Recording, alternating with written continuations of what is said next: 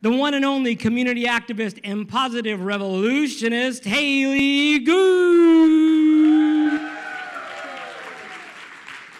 All right. How you feeling? You excited? All right, again, my name's Haley. Let's see if we can start a positive revolution, okay?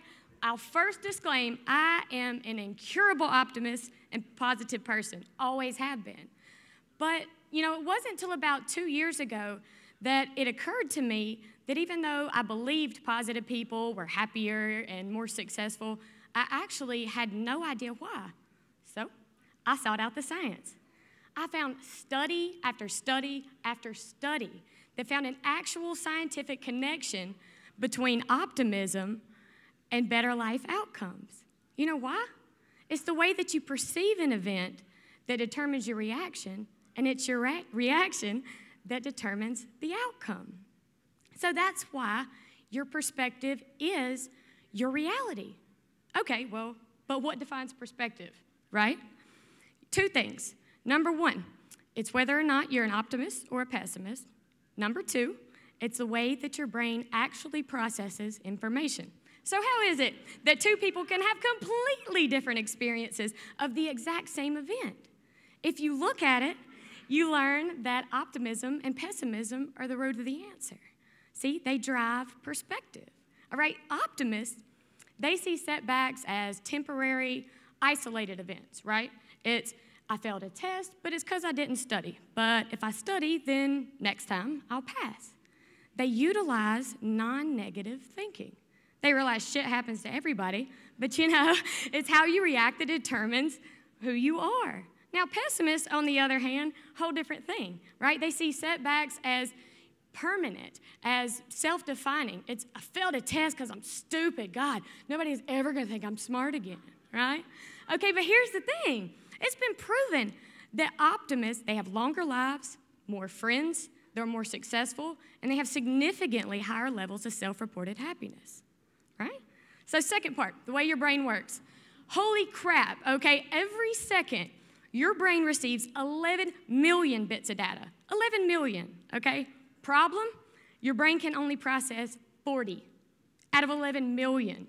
That means over 99% of information is deemed absolutely irrelevant by your brain. One of the oldest parts of your brain is your reticular activating system, or your RAS, okay? And it's your RAS that determines and filters out which 40 bits you need based on what you tell it, okay? Here's a deletion. It reads a bird in the bush, right? No, it's a bird in the bush. See, that's deletion. Your brain deleted the second the because it knew it wasn't important. It also distorts and generalizes. Like here, first glance, how many people see somebody about to fall into a giant hole? Okay, no. Look at it again, right? It's a woman driving over an awesome piece of graffiti, right? It's just your brain's distortion. Now, let me recap real quick, okay? So optimism greatly influences your perspective, which influences your outcome, and it has numerous physiological and psychological benefits. Second point, your brain can only process a very tiny bit of that data, and it's your RAS that filters it out. Well, so damn what, right? You know, the thing is, optimism is not a fixed state. It can be learned, okay? For all you pessimists out there, and we all can be, the cool thing is now that you're aware of the benefits of optimism, you can learn to recognize negative thoughts and replace them with the non-negative, right? I mean, change your thinking. Come on. The lady who always makes your coffee wrong does not hate you, okay? She hates her damn job, just bottom line. Same way, you can tell your ass what to focus on. That's why when you're getting married or you're having a baby, all of a sudden, right, every book, every show, every magazine is about babies or weddings, right? Not because there's any more baby stuff or wedding stuff, but because all of a sudden that information became relevant to you, right? So it's simple as if all you have to do is tell your brain what you want.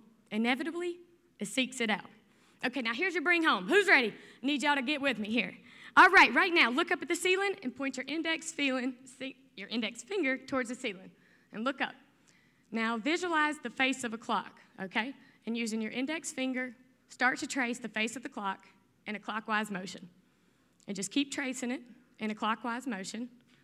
And slowly Start to bring your hand down. Don't change the direction of your finger. Just keep bringing your hand lower and lower till it's about at your stomach. Keep it going in the same direction, right? Look down at your finger. Which direction is it going? Counterclockwise, exactly. Your finger never stopped moving, right? What's the only thing that changed? Your perspective. Looking up, you would swear your life on the fact that you're going clockwise. But about the time it's down here, you see it's counterclockwise. It's just as simple as that. If you don't like your reality, change your perspective.